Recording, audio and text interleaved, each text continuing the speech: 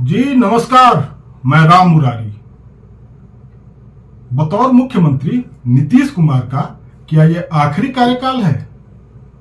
बिहार की सियासत में बीते 2 दशक से शीर्ष पर काबिज और अपरिहार्य बन चुके नीतीश कुमार का सियासी सफर क्या चुनाव बाद थम जाएगा? क्या उनकी राजनीतिक पारी खत्म हो जाएगी या चुनाव बाद भी वे मुख्यमंत्री बने रहेंगे?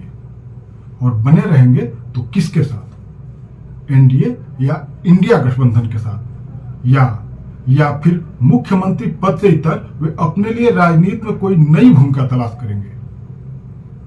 इन तमाम सवालों के पीछे खुद नीतीश कुमार के अतीत में दिए गए वक्तव्य और व्यवहार हैं, तो पार्टी नेताओं और साथी दलों खासकर बीजेपी नेताओं के समय समय पर आने वाले बयान भी इन सवालों के पैदा होने की वजह बनते रहे हैं। हालांकि इन सवालों का जवाब तो समय देगा, लेकिन ये सवाल जहां से पैदा हुए हैं वहीं से इनके जवाब भी ढूंढने की कोशिश की जा सकती है। और कल क्या हो सकता है इसका एक संभावित आकलन किया जा सकता है। संभावित इसलिए क्योंकि सियासत में अस्थायी और निश्चित कुछ नहीं होता, न कोई दावा और न ही कोई वादा। यहां बात और बाजी पल भर में पलट जाती है। तो आइए जवाब तलाशना शुरू करते हैं और सबसे पहले बात नीतीश कुमार की करते हैं। नीतीश कुमार अभी जिस तरह से मुख्यमंत्री पद पर काबिज हैं, उससे लगता नहीं कि वे सेल्फ रिटायरमेंट के मूड में हैं। लेकिन कुछ साल पहले वे कई मौकों पर यह संकेत देते नजर आ चुके हैं कि यह उनका आखिरी कार्यकाल हो सकता है। हालांकि तब बिहार में सत्ता का समीकरण दूसरा था। 2022 में नीतीश कुमार ने एनडीए से नाता तोड़कर महागठबंधन के समर्थन से सरकार बनाई थी। इस सरकार में तेजस्वी यादव उप मुख्यमंत्री थे। तब नीतीश कुमार ने कई मौकों पर ऐसे बयान दिए जिसे ये संकेत मिलते थे कि ये नीतीश कुमार का आखिरी कार्यकाल हो सकता है और वे अपने उत्तराधिकारी के रूप में तेजस्वी यादव को आगे बढ़ा रहे हैं। लेकिन जैसा कि मैंने पहले भी कहा कि सियासत में बात और बाजी पल भर में पलट जाती है, वैसा ही यहां भी देखने को मिला। 2024 लोकसभा चुनाव से पहले नीतीश कुमार ने महागठबंधन को छोड़कर फिर से एनडीए का दामन थाम लिया और इसके साथ ही वो संकेत भी गायब हो गए जो नीतीश कुमार पहले दे रहे थे और जिससे लगता था कि ये उनका आखिरी कार्यकाल हो सकता है। लेकिन अभी चुनाव में वक्त है और नई सरकार चुने जाने में भी। और बीच बीच में जिस तरह से नीतीश कुमार की बीजेपी से नाराजगी की खबरें मीडिया में उछलती है, उसे किसी भी संभावना से इनकार नहीं किया जा सकता। नीतीश कुमार की उम्र, सेहत और बयान व्यवहार में पिछले साल 1.5 साल से आए परिवर्तन भी ये सवाल खड़ा करते हैं कि क्या नीतीश कुमार आगे भी मुख्यमंत्री बने रहेंगे या उनकी जगह कोई और लेगा। गौरतलब है कि बीते कई मौकों पर नीतीश कुमार के व्यवहार ने पार्टी और सरकार दोनों को असमंजस वाली स्थिति में ला दिया, तो कई मौकों पर शर्मिंदगी वाले हालात भी बन गए। विपक्षी दलों के नेताओं ने तो यहां तक कह दिया कि मुख्यमंत्री की मानसिक हालत ठीक नहीं है। ऐसे में हो सकता है कि चुनाव बाद अपनी बढ़ती उम्र और अपनी सेहत को ध्यान में रखते हुए नीतीश कुमार खुद ही मुख्यमंत्री की दौड़ से बाहर हो जाए।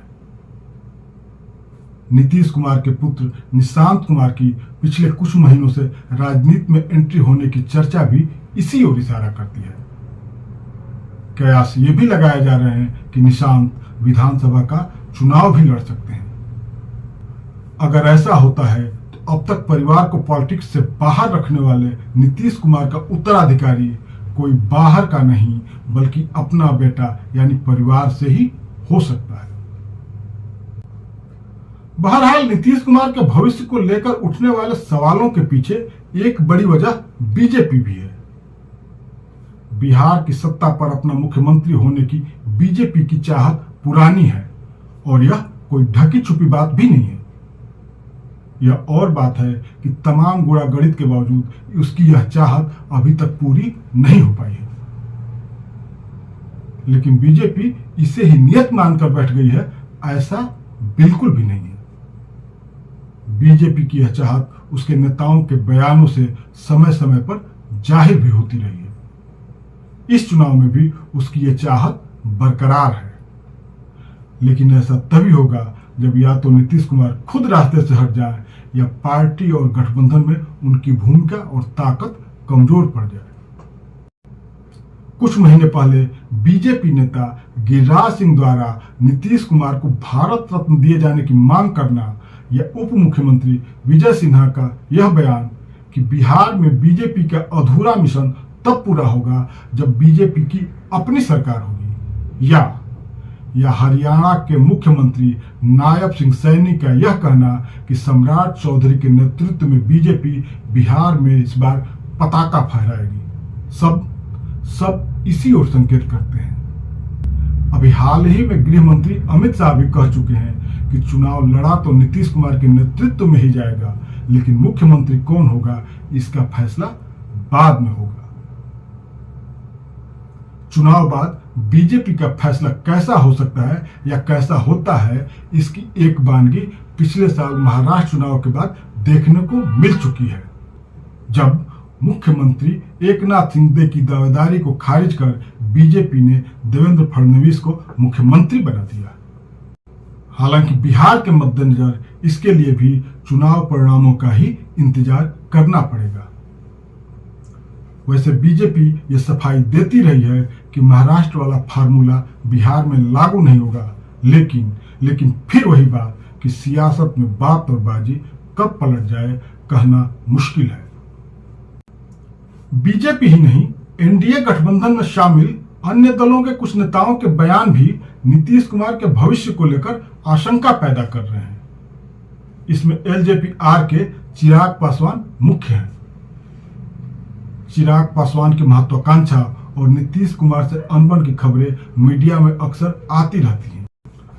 बीते दिनों चिराग पासवान ने यह कहकर भी कि उनकी पार्टी एनडीए की मजबूती के लिए बिहार की सभी सीटों पर तैयारी कर रही है, नीतीश कुमार की टेंशन को बढ़ा दिया, क्योंकि चिराग पासवान पहले भी ऐसा कर चुके हैं। 2020 के बिहार चुनाव में एनडीए से अलग होकर एलजेपी ने 137 सीटों पर चुनाव लड़ा था। इनमें ज्यादातर वो सीटें थी जहां एनडीए की तरफ से जेडीयू के उम्मीदवार खड़े थे। मजे की बात यह कि तब चिराग पासवान ने बीजेपी को मजबूत करने की बात कही थी और ऐसा हुआ भी। हालांकि एलजेपी 137 में सिर्फ एक सीट जीत पाई, लेकिन 115 सीटों पर लड़ने वाली जेडीयू जरूर 43 सीटों पर सिमट गई, जबकि बीजेपी ने 110 में से 74 सीटों पर कब्जा कर लिया था। नीतीश कुमार मुख्यमंत्री तो बने, लेकिन पूरी तरह से बीजेपी के रहमो करम पर। चिराग पासवान अगर इस बार भी ऐसा करते हैं तो 2020 वाला रिजल्ट फिर देखने को मिल सकता है, बल्कि कहें तो जेडीयू और नीतीश कुमार के लिए कुछ और बुरे तरीके से। इसके अलावा पूर्व मुख्यमंत्री जीतन राम मांझी और उपेंद्र कुशवाहा भी चुनाव बाद नीतीश कुमार के लिए मुश्किल खड़ी कर सकते हैं, लेकिन यह इस पर निर्भर करेगा कि वो कितनी सीटें हासिल करते हैं और बहुमत के आंकड़े तक पहुंचने में उनकी कितनी भूमिका होती है। चुनाव बाद नीतीश कुमार के लिए बड़ी चुनौती अपनी पार्टी यानी जेडीयू को साधे रखना भी होगी। अगर विधानसभा चुनाव में जेडीयू का प्रदर्शन ठीक ठाक रहा तब तो कोई मुश्किल आने की उम्मीद कम है, लेकिन जेडीयू पर्याप्त सीटें नहीं जीत पाई तो नीतीश कुमार के लिए पार्टी पर पकड़ बनाए रखना मुश्किल हो जाएगा। बीते कुछ समय से, खासकर 2024 के आम चुनाव के बाद जेडीयू नेताओं के बयानों पर गौर फरमाइए तो साफ नजर आएगा कि पार्टी अंदर खाने दो धड़ों में बटी हुई है, जिसमें एक गुट उस लाइन पर चल रहा है जो बीजेपी की मानी जाती है। याद कीजिए, जेडीयू के कद्दावर नेता राजीव रंजन उर्फ ललन सिंह का वह बयान जिसमें उन्होंने कहा था कि अल्पसंख्यक यानी मुसलमान नीतीश कुमार को वोट नहीं देते हैं, या फिर सीतामढ़ी के जेडीयू सांसद देवेश चंद्र ठाकुर के उस बयान को याद कीजिए जो उन्होंने जीतने के बाद कहा था कि यादव और मुसलमान का वो काम नहीं करेंगे। पॉलिटिक्स का यह पैटर्न बीजेपी का ही रहा है, सामाजिक न्याय की बात करने वाली जेडीयू का नहीं। बीजेपी के साथ मिलकर सरकार चलाने के बावजूद नीतीश कुमार की कोशिश हमेशा यही रही कि उनकी और उनकी पार्टी की छवि मुस्लिम या अल्पसंख्यक विरोधी न हो। लेकिन पार्टी नेताओं के ऐसे बयान बता रहे हैं कि पूरी पार्टी नहीं तो पार्टी के कुछ नेताओं का झुकाव तो जरूर बीजेपी की तरफ हो रहा है, और अगर ऐसा है तो ये भी नीतीश कुमार के भविष्य के लिए खतरे की घंटी है, और शायद सबसे बड़ी चुनौती भी, क्योंकि बाहर वालों की बनिस्बत परिवार में शामिल विरोधियों से लड़ना ज्यादा कठिन और दुष्कर होता है, और बाजियां अक्सर अपनों से या अपनों के चलते हारनी पड़ती है, सियासत में भी। नमस्कार।